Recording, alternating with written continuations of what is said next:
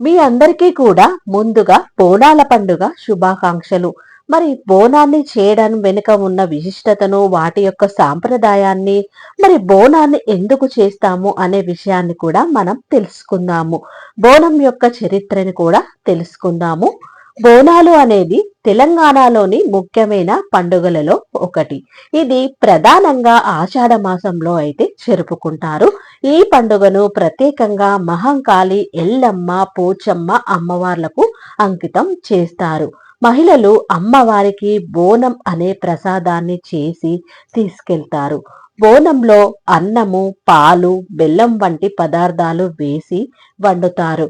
బోనాన్ని చక్కగా పసుపు, కుంకుమలతో అలంకరణ చేసి వాటి కుంకుమ, పసుపు బొట్లను పెట్టి మంచిగా అలంకరణ చేసి బోనాన్ని అయితే తయారు చేసిన తర్వాత దానిలో మనం వండిన పాయసాన్ని పెట్టి అమ్మవారి దగ్గరికి తీసుకెళ్లి సమర్పిస్తారు. మరి మహిళలందరూ కూడా ఇలా చేసిన తర్వాత తలపై బోనం పెట్టుకుని జాతరలలో అమ్మవారి ఆలయానికి వెళ్తారు. పాటలు, డప్పులు, పూజలతో పండుగ ఉత్సాహంగా జరుపుకుంటారు. మరి బోనాల పండుగ యొక్క విశిష్టను కూడా తెలుసుకుందాము. బోనం అంటే భోజనము అని అర్థము.